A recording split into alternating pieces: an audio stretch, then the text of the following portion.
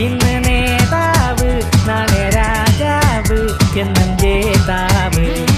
നേതാവ് ഇന്ന് നേതാവ് നാളെ രാജാവ് എന്നും ജേതാവ്.